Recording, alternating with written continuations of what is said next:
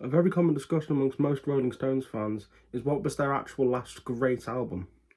Now, many people would usually say Tattoo You, which is a perfectly good conversation and a perfectly good statement to be made, as it is probably the last Rolling Stones album that is continuously great up from start to finish and has, well, the best original material the band have put out over the last 44 years. Some might say that it was the recent Hackney Diamonds, though personally I would disagree. I don't think that record's really all that great at all. Don't like the sound of it, and it's just kind of weak in terms of songwriting. A lot of people might even say that Steel Wheels was a great Rolling Stones album. I know it had a massively successful tour and kind of brought the band back into the mainstream. It's a record that, though it has its moments, it kind of is a little bit dated and definitely has its fair share of pretty weak tracks.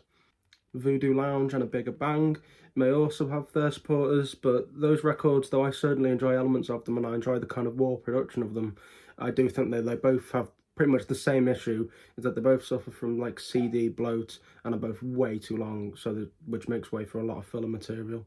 In my own personal opinion, the last great Rolling Stones record is 2016's Blue and Lonesome. In case you're not familiar with this album or for whatever reason you just haven't listened to it, Blue and Lonesome is a compilation album of blues covers based off songs that inspired the Rolling Stones in the time they kind of formed.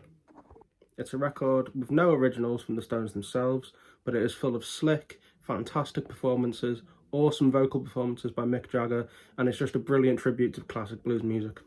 It really has the feel of one of the earliest Rolling Stones albums, and it's just an awful lot of fun to listen to in case you've never heard it.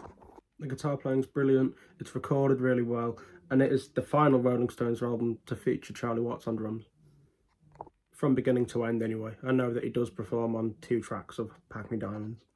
Give this album a look, because it's really good.